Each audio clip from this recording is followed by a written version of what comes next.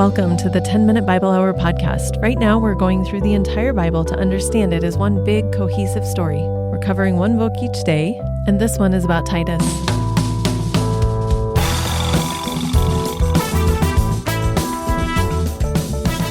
When you turn the page from 2 Timothy over to Titus, if you're reading straight through the New Testament, it can be a little bit disorienting because it feels like in 2 Timothy, that is the end of Paul, like he's going to die shortly after that letter was written. And indeed, he did die shortly after that letter was written. And so you turn it over to Titus, and it's like, what? Well, how is Paul still writing letters? Well, this is an important moment for us to remind ourselves that the arrangement of the letters in the New Testament are not chronological. Now, that said, still, Titus, this letter we're looking at today, is one of the latest letters that Paul wrote before his death. The book of Acts takes us up to Paul being in prison and preaching freely in prison in Rome, but then the book just cuts off pretty abruptly right there. In order to cobble together what happened in the rest of Paul's life, we have to go and look at the little personal details we get in a bunch of these letters that make up the rest of the New Testament. And when we do that, it becomes pretty evident that Paul did not die in that first very laissez-faire imprisonment that he experienced in Rome. Probably his accusers didn't even show up for the trial, and so they're like, well, I mean, you're free to go then. I guess that's that.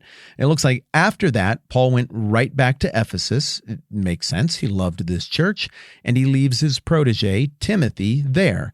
Then Paul goes up to mainland Greece, probably, and very quickly gets word from Timothy. They're like, whoa, we got problems. Like, as soon as you left, it became very evident people might have been on their best behavior while you were here, but they are not on their best behavior now. What should I do?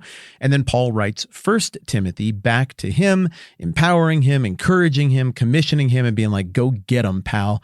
You can straighten out that Ephesian church. I believe in you. And from there, it looks like Paul journeys down to Crete, more on Crete in just a second, and leaves his buddy Titus, for whom this book that we're about to look at is named, on Crete in the same way he left Timothy in Ephesus. Titus's job is going to be to straighten things out and make things go with the little churches that are popping up in Crete. From there, it looks like Paul goes back to mainland Greece, where he gets word from Titus. Like, hey, I'm running into some problems here. The reputation of the Cretans as being not necessarily the most honest, it is a problem for the church. Please advise. And it looks like from mainland Greece, Paul writes back to Titus, the letter that we're getting right here, and gives him some instructions on what to do. Obviously, we're going to look more at that here in just a second. And then finally, Paul makes his way to Troas, where he gets a surprise visit from the authorities and is arrested quickly without even time to gather his things. He doesn't get to take his coat with him. He doesn't get to grab all of his scrolls, and he's taken back to Rome and probably put in a much harsher second imprisonment. And this is the imprisonment from which he writes 2 Timothy. And this also then would be the imprisonment that leads to Paul's execution, his beheading at the hands of the Roman officials. So Titus then comes really close to the end of Paul's life, of Paul's ministry. And at this point, as we'll see when we look closer at the details of the book, these churches, they all have the same kind of problems. There's just 4 or 5 that seem to crop up at every church all around the world, wherever Paul is. And by now, he's a cagey veteran. He knows how to tackle these things and how to equip other people to deal with these things. Crete is a very significant historical location in the Mediterranean world. Now, let's just picture the Mediterranean Sea, right? As big and as long, kind of looks like a wide biscuit. And up in the north, you got the Italian boot sticking down. The Greek peninsula is sticking down. That's Europe. And then on the south side of the Mediterranean Sea, you got North Africa. And then out on the west side of the sea, you got that little tiny baby pinch point that is the Straits of Gibraltar between Portugal, Spain up there in the north, and then like Morocco down there on the south. And then clear out east, of course, you've got Jerusalem and Judea and Asia and all of that business. Okay, if you just think about the boot that is Italy in the middle of all of that, and then you just go slightly east from that, there's a great big, long, flat, horizontal island. That one, if you can picture it, is Crete. And it's a really big deal because there's this whole civilization called Minoan civilization that is one of the early, great, dominant expressions of Greek civilization from way, way, way, way, way back in history. I mean, we're talking centuries and centuries before Jesus and before Persia, way back there.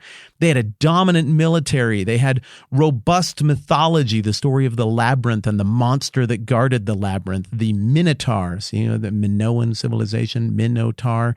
That comes from the island of Crete. And apparently, back in the day, in a bid to assert Cretan dominance over all the other Greeks, they claimed that Zeus was born there and had a special place in his heart for Crete, a special affection for it, that Zeus was the patron god not of mainland Greece, but of the Minoans.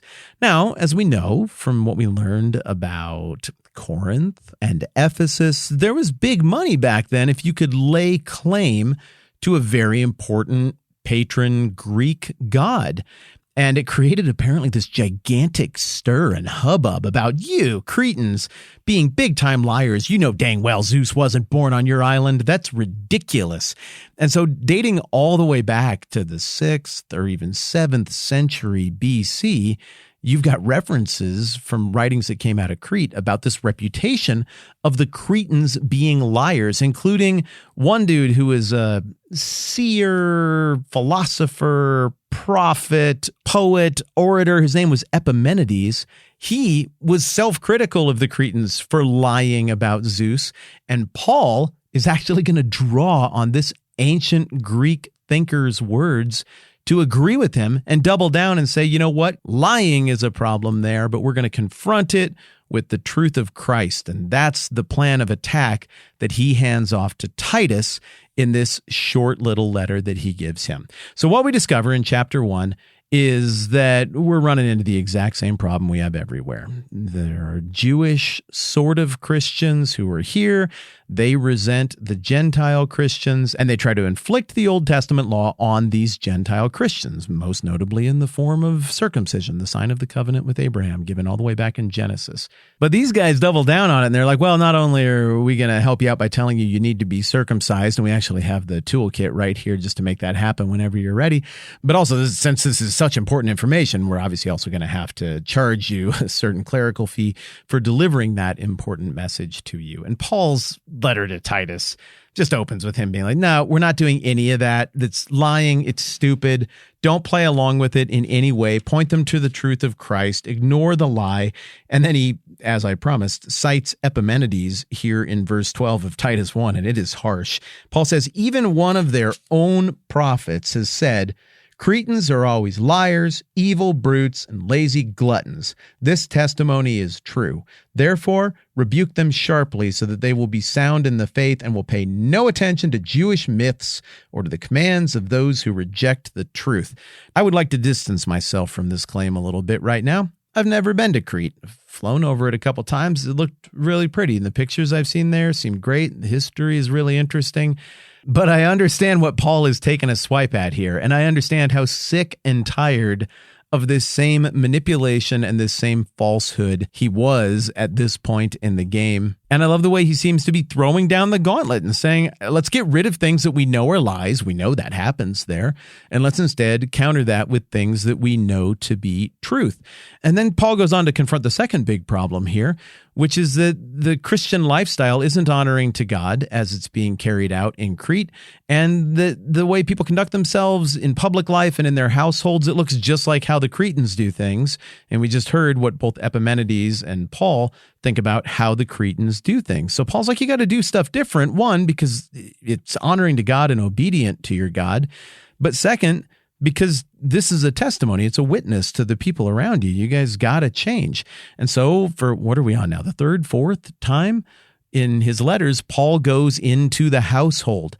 He's like, hey, you got to run your households differently. You can't do the philandering and you can't do the sloppiness with the relationships. You should look to build strong, healthy families that influence the community well, that serve the community well, and that point to the glory and the truth of Christ. The big overarching point, though, that Paul seems to be making in regards to all of this is that society is a mess and the grace of God is going to make society better. Now, I'm seeing that in the world right now today. We live in a moment in time where everyone is constantly made to feel guilty about things they've done that maybe they should feel guilty about, things they've done that maybe they shouldn't actually feel guilty about, and things they didn't even do or have anything to do with at all. Guilt is a weapon to advance policy and social preferences at this moment in life, and it's a disappointing habit that we've developed as a society. I look forward to us getting that more in balance. But everybody, as a result of that guilt society we live in, is desperate for atonement, some mechanism for forgiveness. But no, we are not going to give it to each other. We are in a societal moment where we're going to hold that guilt over people as long as we can as a point of leverage. But the gift of Christ and of the church and of individual Christians to a society is grace. There is atonement. There is forgiveness. There is some mechanism to restore things that are tense, that are broken, that are calamitous. And that is the release valve that Paul seems to believe, and I happen to agree with him, that Cretan society was begging for. It was the problem they dealt with, and the Christians had a lock and key solution that was a perfect fit for what was wrong with Crete. And I would argue that part of the beauty of the book of Titus is that Paul spends chapter 2 and into chapter 3 making a case that totally applies to the world we've built now as well in terms of the power and effectiveness of grace in society delivered from Christ by Christians and the effect that that has not just on people who believe in God or are in the church, but on everybody. And I love the vision for things that Paul is painting a picture of here in this letter he's writing to Titus. When you visualize the book of Titus, picture the island of Crete. When you think about the theme of the book, reflect on the grace of Christ, a societal grace even, made evident by the lives of Christians and the church. And if you don't have time to read the whole thing, make sure you at least catch chapter 2, verse 11 through chapter 3, verse 8. And with that, I would like to congratulate the both of us on unlocking the Titus achievement onto the teeny tiny little baby book of Philemon next time around. All right, I'm Matt. This is a 10-Minute Bible Hour podcast. Let's do this again soon. This podcast is supported by many of you at patreon.com/the TMBH podcast. We're grateful because it supports our family.